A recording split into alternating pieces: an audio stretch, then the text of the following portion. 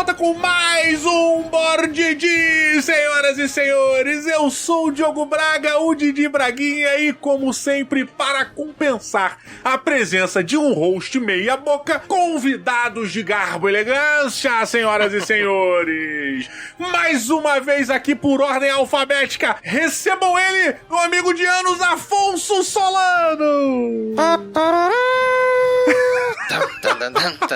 Joguem pétalas para o meu caminho pisar. Tu pôs sua música do Aladdin? Começou, foi automático. O primeiro imperador que me veio na cabeça foi o... Como é que é o nome dele no filme? É Ali, né? Príncipe Ali, não é? Príncipe Ali. Valeu, Didi.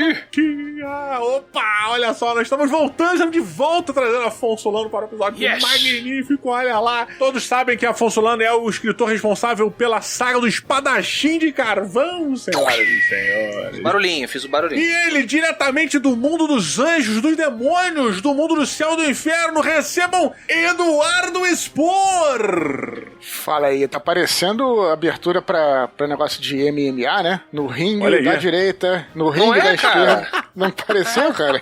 Parecendo. O jogo seria um bom ring announcer, né? Um mestre de cerimônias aí. Porra, mas eu fico impressionado com aquele cara, eu não lembro o nome dele, mas ele já tá um coroa, né? Ele sempre é a mesma pessoa que apresenta, né? Que abre as lutas do... É aquele cara que gritava Let's get ready to rumble! É o mesmo cara, né, Dudu? Dudu que tá mais por dentro aí do mundo das lutas. UFC, brother. Porra, tu curte, né, meu irmão? Uma orelha aí de couve-flor, não? Pô, pior que eu nem curto o UFC, não. Eu gostava quando era Vale Tudo. O UFC já colocaram muita regrinha, regra. Né? Se não é pra ser Vale Tudo, eu prefiro um boxe mesmo, que pelo menos é um espetáculo, né, cara? Olha só que bacana. Macho é outra coisa, Gigi. O cara é um homem, né? A gente um dia chega lá. Garotos. Vamos sair da nossa adolescência com calma. Muito bem, caros amigos, aproveitando então a presença de Eduardo Spor e Afonso Solano, pensei, o Dudu tá lançando um livro novo que é o Santo Guerreiro Roma Invicta. Falei, cara, por que a gente não faz um episódio sobre aventuras em Roma? Como mestrar aventuras de RPG em Roma Antiga, bater um papo sobre esse universo incrivelmente rico, né? Enquanto o livro tá em pré-venda, você ainda não leu, né? Se você tá ouvindo o episódio na data de lançamento, se já passou um pouco, você tá ouvindo no futuro, provavelmente você já leu e muita coisa que a gente tá falando aqui, você já se ligou. Mas a gente aqui, a ideia seria dar um know-how, bater um papo, trocar uma ideia sobre aventuras de RPG dentro do universo da Roma Antiga, tá? Então, tudo isso você vai ouvir logo após os nossos recadinhos maravilhosos. Muito bem, queridos amigos, mais uma semana, e como vocês sabem, essa semana só é possível graças aos nossos parceiros da Promobit, exatamente. Olha só, se você não sabe, a partir de agora, o Board D se tornou semanal, exatamente, agora toda semana tem um episódio novo aqui, e isso só foi possível graças à parceria com os amigos da Promobit. Se você não conhece, a Promobit é um site, né, um fórum, na verdade, que reúne as melhores promoções da internet, e você pode entrar lá e procurar por diversos produtos, board game, videogame, utensílio de banho, roupa, vestiário, meia, cueca. Você procura o que você quiser lá, porque sempre tem alguém que tá achando promoção e tá levando pra Promobit. Como é que funciona a Promobit? A pessoa tá navegando lá, ela acha uma promoção, e aí ela entra no site da Promobit e upa essa promoção pra lá. Quando ela upa essa promoção pro fórum, o pessoal da Promobit, né, os trabalhadores da Promobit, vão lá e fazem toda uma verificação de segurança para saber se esse link é válido, se a loja é uma das lojas de confiança que a Promobit permite, como por exemplo Amazon, Submarino, etc. Se esse link for um link seguro, eles pegam isso e fazem uma publicação lá na Promobit com essa promoção, valor baixo, preço legal, eles vão lá e publicam. Por dia, não tô brincando, por dia tem até 500 novas promoções aparecendo na Promobit. Você pode entrar no site da Promobit, que é só clicar no link aí embaixo, ou baixar o aplicativo da Promobit. E por que eu te peço para você entrar aí na postagem e apertar esse botão? Toda vez que você clica nesse link, você tá mostrando pra galera da Promobit que a nossa comunidade é uma comunidade que, né, compra o barulho das parcerias. E a Promobit agora é a nossa parceira. Então, fica de olho já, tá chegando a Black Friday. Você já pode ir lá marcar os itens que você quer, porque sempre que alguém puser alguma informação sobre aquele tipo de item que você quer, a Promobit te avisa. Então, fica de olho, entra lá, faz seu cadastro de graça, você vai ter acesso a milhares de promoções pimpando na sua tela diariamente, no seu site, no aplicativo, quando você baixar, e você apoia tanto a Promobit quanto a gente, porque Promobit e Board D agora são parceiros. Não é verdade? Então, galera, entra lá na Promobit e vê se você encontra a promoção feita pra você, tá bom? Bora pro episódio agora. Beijo, Promobit, obrigado!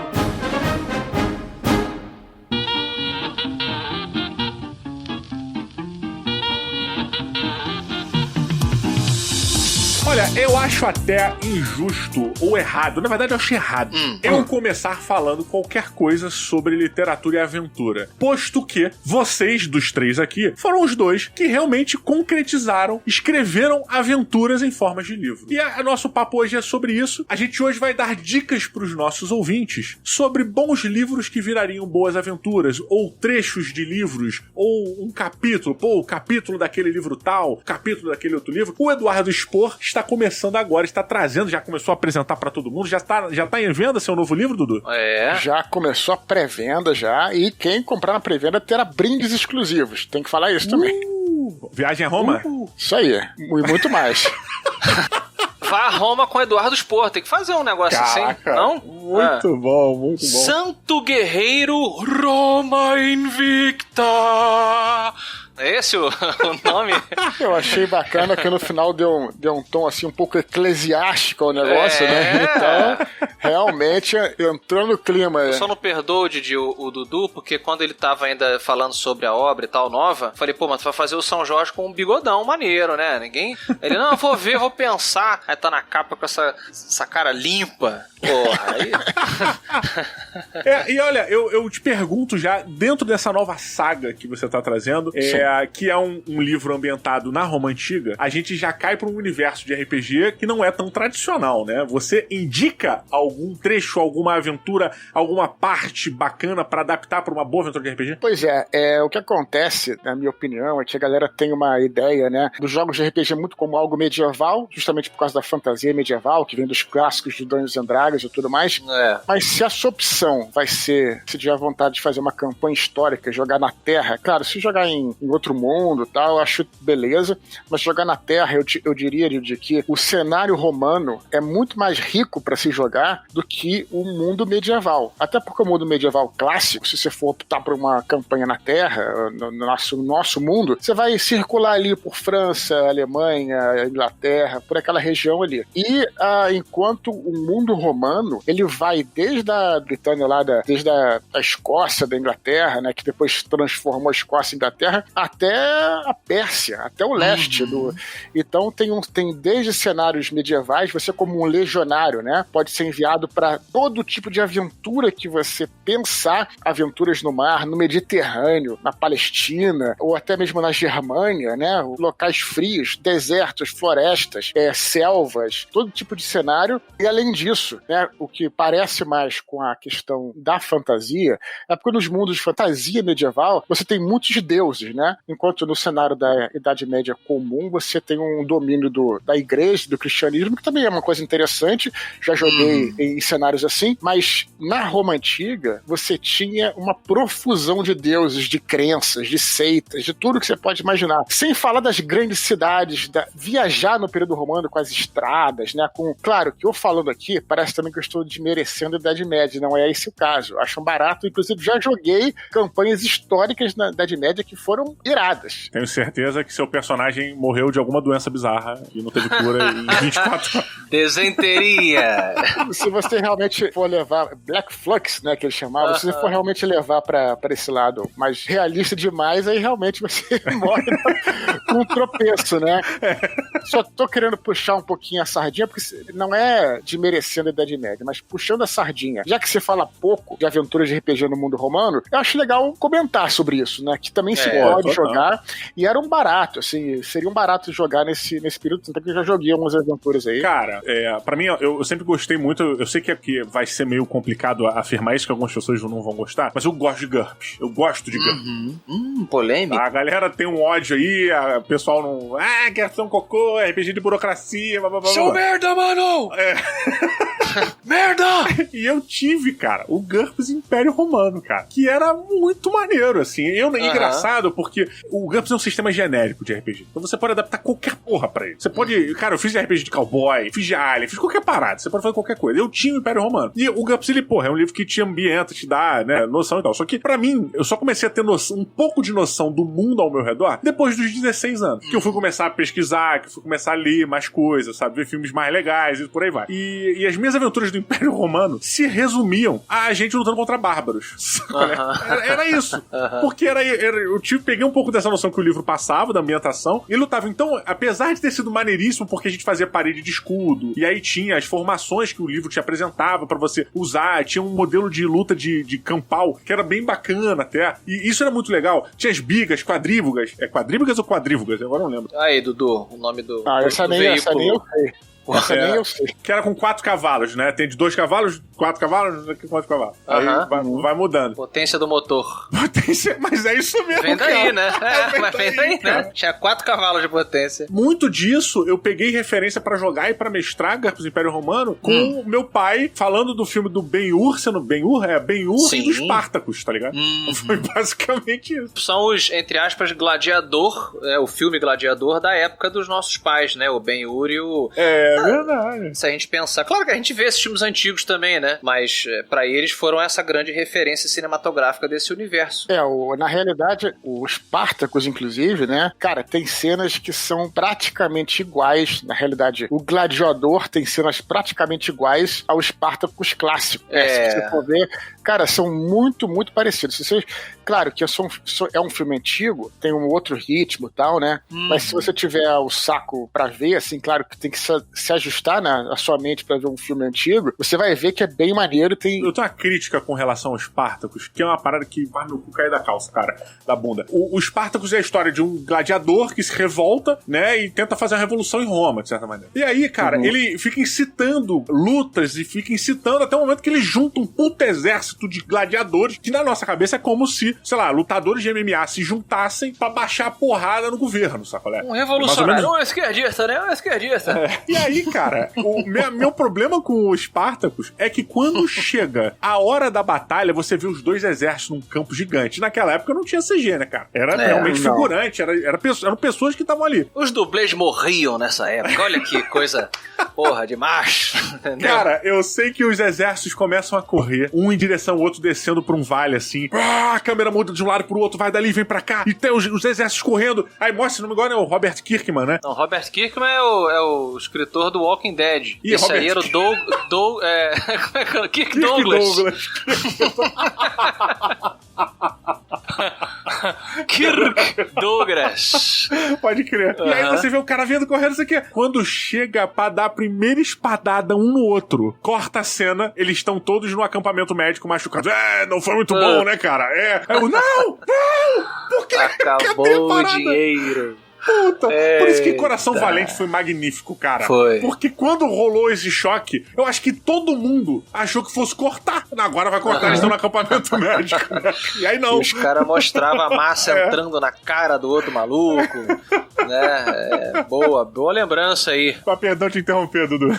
Não, isso aí inclusive também é assim no clássico Lores das Arábias, né? Porque tem uma cena lá de combate que também eles cortam a cena, não mostram, e depois mostram só o cara no deserto, assim, com a pistolinha na mão e tal, e com aquela música clássica ali, mas, enfim, eram outros tempos também você coordenar. Imagina você não é nem problema, talvez, de dinheiro, cara, mas eu chuto aqui de tempo, porque imagina que você coordenar um exército de figurantes, mas ensiná-los a lutar a moda romana, assim, mesmo se você pegar soldados mesmo, que, sei lá, figurantes que seriam soldados, hoje em dia, imagina o grau de dificuldade pra você treinar tudo isso, né? É complicado. Não, imagina o corte, na época que fazia esse corte em película com tesoura, não tesoura, né? Mas você tinha que cortar o filme mesmo, colar pra fazer as montagens, a edição. Imagina o cara que, pra sustentar uma cena de combate no Coração Valente, que é, sei lá, cada 2 segundos tem um corte. 2 segundos tem um corte, é piada literal, né? 2 segundos tem um corte.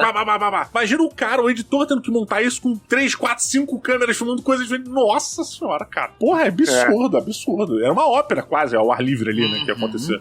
Mas de qualquer maneira ali, no Spartacus, sem querer me alongar no assunto aí, mas eu acho que é uma questão de você escolher qual o foco que você vai dar. Eu acho que o foco ali eram as lutas de gladiador, né? Talvez essa luta, a grande luta no final não fosse o foco. Então talvez eles tiveram que escolher onde é que eles iam encaixar o tempo e o dinheiro deles. Mas também estou especulando aqui, nem entendo muito do assunto.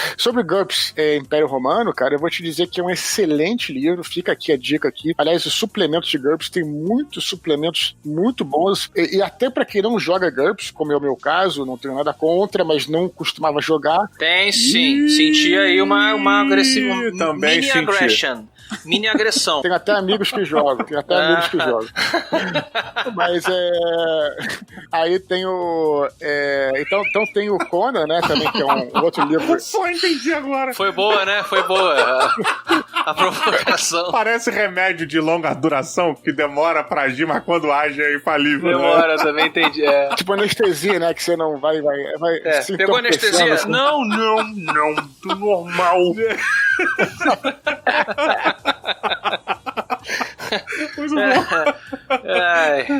Então tem vários livros. Tem o GURPS Conan também, é muito bom, né? Conan! O de Roma Antiga, né? O GURPS Roma, ele vale você comprar, ou sei lá, quem tiver, porque ele te dá uma visão da vida privada, que é o que é necessário pra você jogar. Se você tá jogando com personagens, você tem que saber como é que as pessoas viviam ali, o que não se fala muito nos livros de história, então ele te dá uma visão geral. Isso é bacana pra você começar, né? Vamos dizer assim, que aí dali você pode ir pra livros mais aprofundados, como é o caso, por exemplo, de um livro que é História da Vida Privada do Império Romano ao Ano 1000, que é uma chaproca, que esse sim é tipo historiadores e tal, e aí tem tudo em detalhes. Mas aí é legal antes você ler o GURPS Império Romano, porque você tem uma noção geral e depois você vai estudar, vai ler textos mais aprofundados e tal. Mas é uma excelente porta de entrada, ele faz o que se propõe a fazer, que é dar uma visão geral, né? Então fica aí como dica.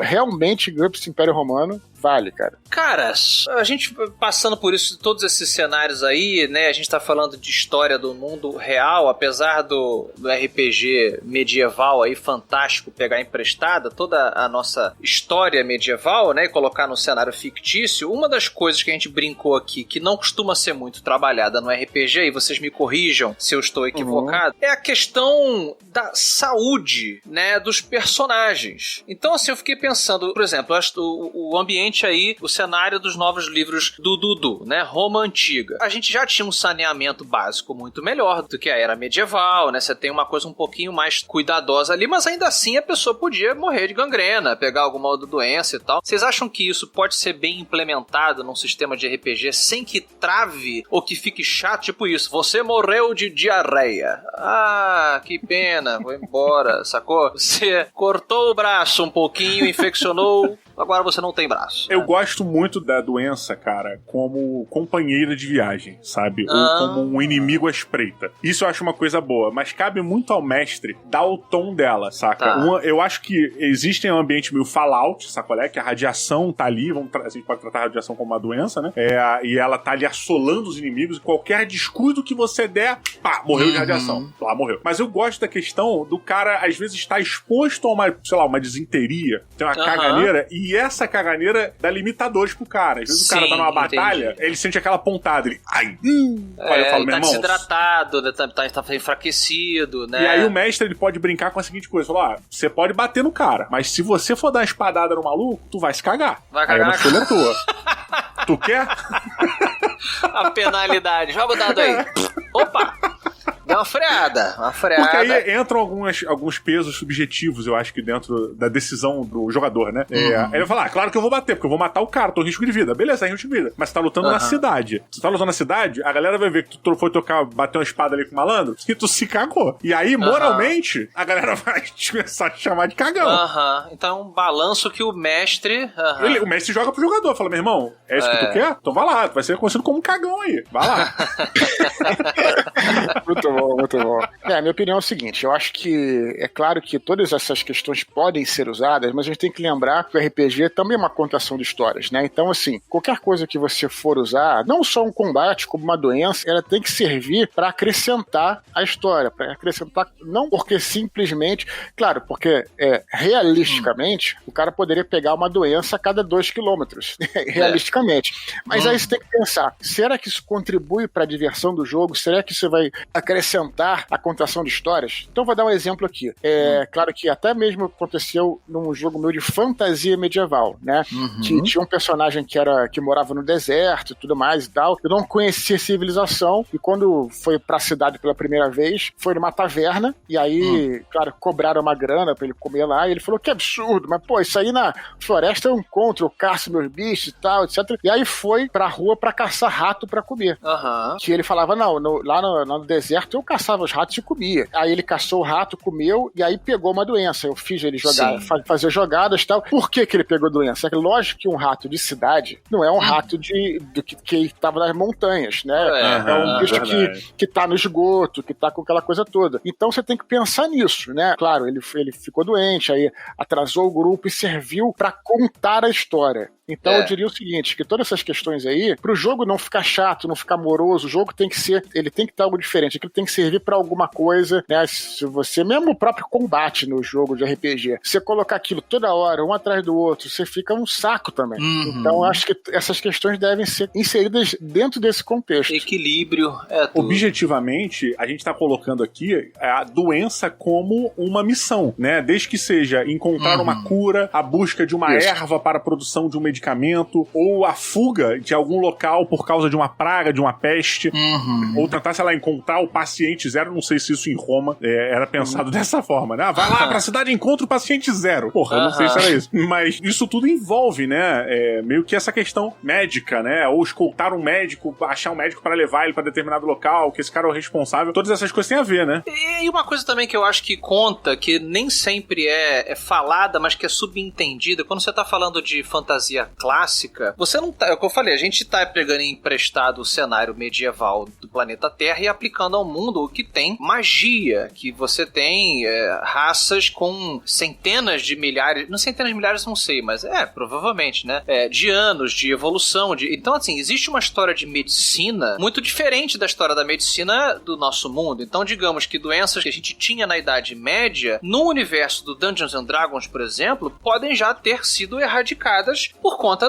da medicina misturada à magia e à sabedoria daquele universo. Verdade. Fui claro na minha... Acho que sim, cara. Não, realmente, quando você envolve magia, né, tudo muda de figura, né? Você tem, inclusive, no RPG, no D&D clássico, né, ele tem personagens, inclusive personagens de jogadores que têm capacidade de curar com as mãos, né? Então, assim, isso tem um outro papel. Tá? Agora, se você for falar do nosso mundo real, voltando para Roma aqui, que também para acrescentar essa informação, interessante é que havia médicos em Roma, só que era engraçado porque a gente hoje em dia tem essa coisa, né, de ver a religião, o misticismo como uma coisa e a ciência como outra, né? A gente tem essa visão moderna. E naquela época não existia essa separação. Então era muito comum, por exemplo, o médico vir te tratar naturalmente, né, fazer o curativo, tudo mais e tal, te dar até uma erva como um remédio, coisa do tipo, e depois falar, olha, mas faz uma prece aí pro Deus tal pra te dar um reforço, dar uma ajuda aí. Então, o próprio médico dava essa orientação como parte do... posso chamar de receita, né? Faça prece, faça um sacrifício de uma pombinha a esse Deus aqui que vai te ajudar a se curar. Uma pombinha. E não era o sacerdote que fazia isso, o próprio médico podia fazer. Então, isso é uma coisa interessante. E isso tem a ver com a imersão dentro do ambiente ali, né? Eu acho que se em qualquer momento que você for jogar uma aventura na Roma antiga e você não usar os poderes divinos, porque provavelmente você vai escolher uma divindade, né, dentro daquele panteão. A divindade que você escolher, ela vai ter um arquétipo ou uma build ali de poderes ou, sabe, milagres específicos que vão poder te ajudar. Se você não usar isso em prol do jogo, eu acho que você tá perdendo imersão, partindo do princípio de que as pessoas naquela época acreditavam naquilo lá, sabe? Tipo, fazia parte do dia a dia o cara rezar pro Deus quando acordava, ou sei lá o quê, mas eles tinham um ritual de rezas, o que a gente pode chamar de magia hoje, de brincando assim com magia, mas é uma adaptação que faz todo sentido a gente mergulhar fundo nela e trazer ela pro mundo real como realidade, trazer ela pra verdade, né? Aquilo é a verdade da época. Aquele Deus te influencia pra aquilo, né? Só é importante acrescentar uma coisa, né? É por isso que os romanos eram politeístas e não monoteístas, né? Porque você falou, você vai ter que escolher um Deus, né? Na realidade, não. O politeísmo funciona de outra forma. Quer dizer, as pessoas são religiosamente promíscuas. Usando essa palavra não como uma coisa negativa, só pra explicar. Tem algo errado na promiscuidade? Então eu tô fazendo tudo errado. Jesus! Vou conversar com a minha mão direita.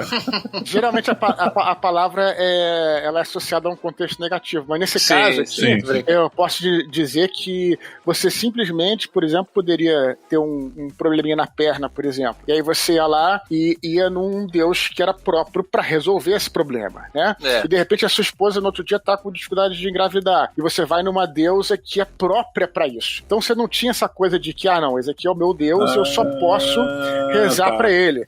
Essa é a tônica do politeísmo. É uma coisa que eu acho importante as pessoas considerarem. Será que... Aí eu te pergunto em cima do meu pouco conhecimento e minha convivência com a minha família. A gente sempre tem um tio, uma tia, que é devoto de algum santo ou alguma santa. Não, fulano é devoto de santo não sei o que lá. Fulano é devota de santa não sei o que lá. Será que não existia aquela galera assim, não, eu respeito todos os outros deuses aí, mas eu sou devoto aqui do deus da espiga de milho? Não, pode, claro. Sem sombra de dúvida. Isso existia sim. Aí Atena escolhe, né, o fulano ou fulana como a sua campeã naquele trabalho específico. Acho que nesse sentido, né, Dudu, pode até acontecer. Claro.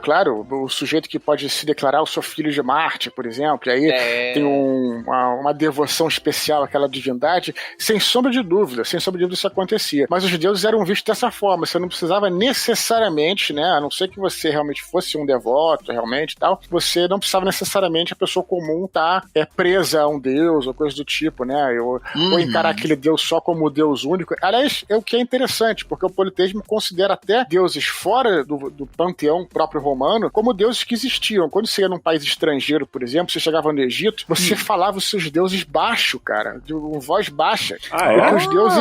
Porque os deuses egípcios não ficassem enciumados. Quando você entrava, por exemplo, num outro território, você considerava que os deuses daquele território é diferente a coisa, né? A gente tem uma ideia hoje do deus cristão, por exemplo, o deus na época do judaísmo também, mas também tem isso, como um deus, né, de todo o universo, né, mas era diferente na época.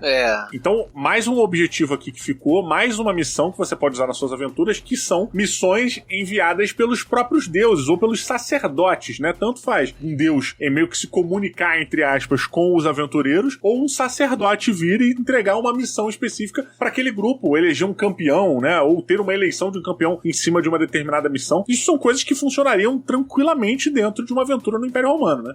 Não, melhor ainda, o que é complementar é que, além disso, eles também acreditavam que os deuses estavam fisicamente presentes nos seus ídolos, nas suas estátuas. É verdade. Sério? Sim, com certeza, né? Por isso Júpiter Capitolino, né? Aquele...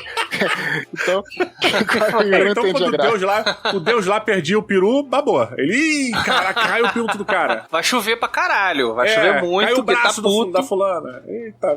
Não, exatamente. Não, mas eu ia puxar pra uma aventura maneira aqui, já que você tá falando de RPG. Quer dizer, de repente um ídolo que tava num templo já mais abandonado, e aí tem um sacerdote, né, que contrata os aventureiros, vai ter uma invasão, sei lá, dos persas, coisas do tipo. Ele contrata esses aventureiros pra defender o templo, porque ele acredita, né, na religião dele, que ele não tá defendendo só o templo, tá defendendo o próprio Deus que tá ali. Caraca. Como um ídolo, né? E aí cabe lá, você nos jogos de RPG, pensar se realmente o Deus tem um poder ou não, aí vai caber de cada um, né? Não sei se vocês lembram no desenho do Hércules, quando ele vai no templo lá de Zeus, eu acho que é no templo de Zeus, que a estátua começa a falar com ele, representando isso que o Dudu tá falando, né? A Hera, quando Poseidon, em algumas versões lá, viola a Medusa, né? Antes dela ser o monstro, isso. a estátua de Hera toma vida e fica bolada, né? E tipo, vou amaldiçoar você e tal. Então tem essa coisa da estátua realmente ser ali o avatar da deidade. Caraca, eu fico impressionado porque eu sempre planejo os episódios do Board Dia pra ter uma duração mais curta, na expectativa de que eu consiga gerenciar, ser um bom host, né? E fazer os assuntos fluírem. E até flui, mas eles não... Eu fico tão empolgado com as coisas que eu não quero sair da parada, sabe? Vamos falar mais aí, mano. Não, mas eu quero... A gente tá falando agora de Império Romano, a gente tem muita coisa mais pra falar. Pequeno é o pau das estátuas. Vamos fazer aqui um podcast grande aqui. Não, mas olha, acho que tem muito mais coisa pra gente falar. Inclusive, a gente pode voltar pra gravar um outro programa pra gente falar mais ainda sobre o Santo Guerreiro e RPG. Amarelei porque eu tô tentando ser um bom host, porra. Me ajuda, Dudu. Mas eu queria uma última, tipo, uma missão que vá sair das páginas do Santo Guerreiro. Uma side quest, uma inspiração pra uma missão que tenha a ver especificamente com o Santo Guerreiro, que está em pré-venda aí, você já encontra nas grandes livrarias, né? Só em livrarias de qualidade, que estão dignas de dar expor. Não esqueça do subtítulo. Roma Invicta. Teu? Aí tem que eu não sei como é que eu vou responder isso, pra ser sincero, porque eu não posso dar spoiler do livro, spoiler, né? Eu sei. Você pode falar do cenário, talvez. O que seria uma aventura clássica neste cenário onde a sua história acontece? Não é algo que a sua história, mas... Seguindo o Beabá, né? 101, Roma 101, ou Santo Guerreiro, São Jorge, de certa forma, você pode sair pra enfrentar um dragão, né? O bem ou mal é uma...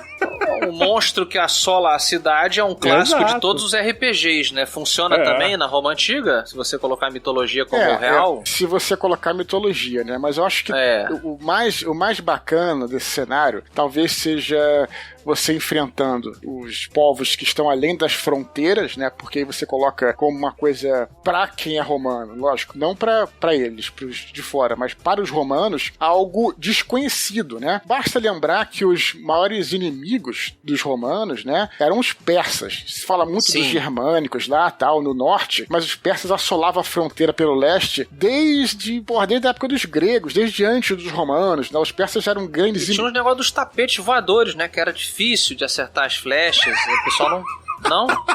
Eu vi um documentário. Cara, pois é, mas é aí que eu quero chegar. Você tá correto. É aí que eu quero chegar. Isso eu vou puxar pra realidade. O nome que a gente conhece, mago, né? Mage, vem dos sacerdotes de Zoroastro, que eram chamados então de mage. Então os magos originais mesmo eram os sacerdotes persas desse período histórico. Olha só, caraca. Então, no próprio livro, por exemplo, né? No Santo Guerreiro, tem um personagem que é um mago e, claro, como é um romance histórico, o misticismo é colocado no livro de modo que você não sabe se aquilo realmente aconteceu, se foi uma influência de alguma substância, ou se foi o cara que tava meio doido já porque tava ferido, coisa do tipo, né?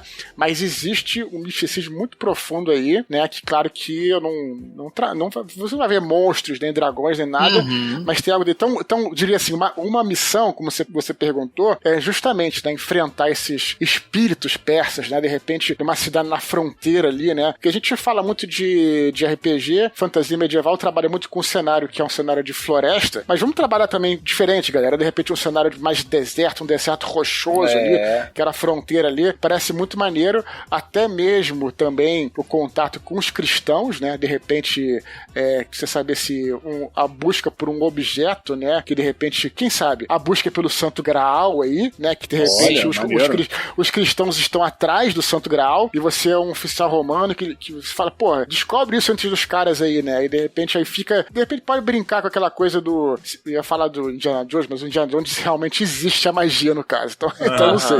Mas nas suas aventuras você pode colocar, embora no livro não tenha, a princípio, nada tão gritante, nas suas aventuras você pode colocar. Então tem muita coisa, mano. A gente tá falando de um objeto de poder. Ele pode ser um poder realmente sobrenatural ou um poder simbólico, né? Isso, o Santo Graal. Que tal o Santo Graal, né? O Santo Graal é uma boa, enfim, uma lança, a lança lá do destino, né? Esses objetos que tiveram e que tem essa simbologia sagrada, seja ela realmente real ali para aquelas pessoas ou um símbolo mesmo. Como o livro se passa em 200 e pouquinho depois de Cristo, naturalmente a lança do destino já existe. Para quem não sabe, a lança do destino foi o pilum, na verdade não era lança, era um pilum dardo, né?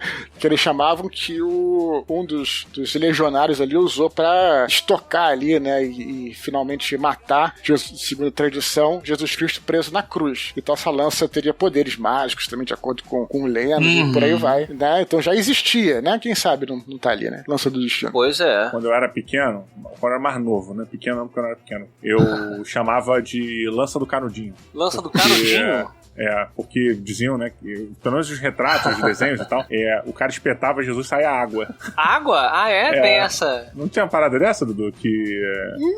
Não lembro, cara. Sai água? Na minha família tinha essas paradas, que quando espetava saiu sangue, saiu água. Saiu vinho, saiu Nutella de Jesus. Foi uma parada dessa, então a gente ficou chamando, eu e meu irmão, a gente ficava meio nessa de lança do canudinho. Cara, tinha um filme de aventura /terror da série Tales from the Crypt, onde esse objeto do poder, é um filme que se passava ali dos tempos atuais, mas esse objeto do poder, ele na verdade era o sangue, era um frasquinho, não sei se o Didi e você, Dudu, já viram. Eu tô com o Didi e Dudu, como ninguém.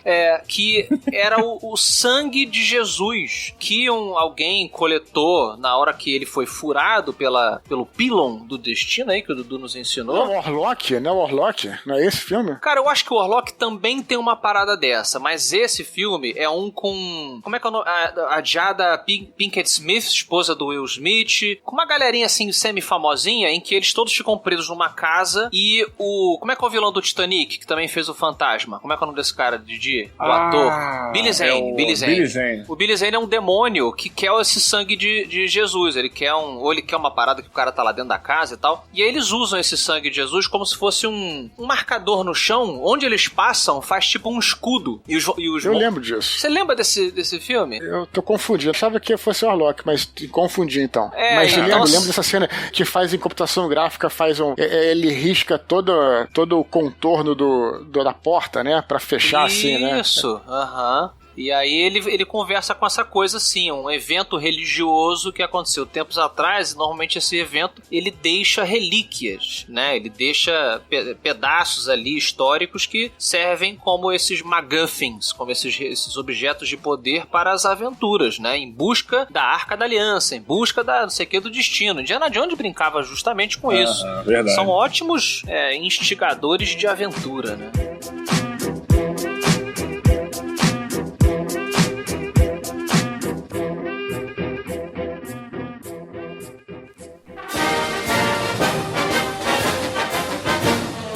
Então, meus amigos, hoje nós vamos ficar por aqui. Essa foi a primeira parte, talvez, né? A gente começou a falar um pouquinho, acabou. Tem muita coisa pra se dizer, tem muito espaço pra ser preenchido, tem muitas outras aventuras e ideias pra aventuras que a gente acabou não falando. Então você leia o livro do Dudu Spor pra se inspirar, que é um santo guerreiro. Império Arcana, não, caralho, como é que é o nome do livro? Império Arcana.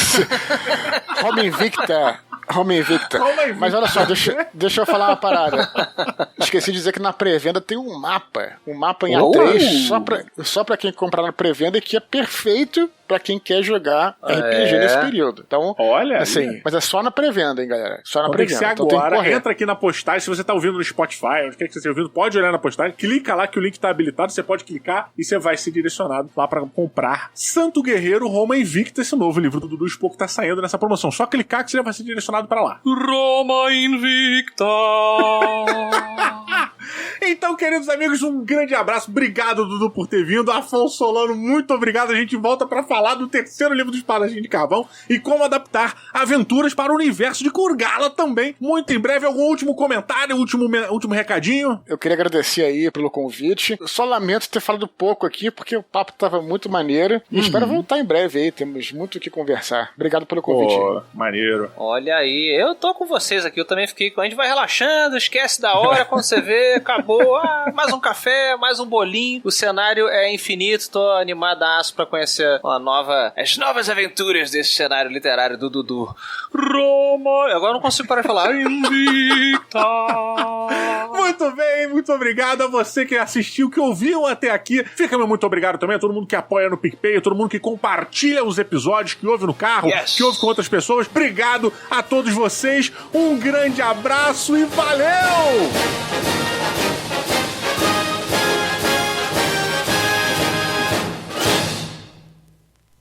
Este podcast foi editado por Léo Oliveira.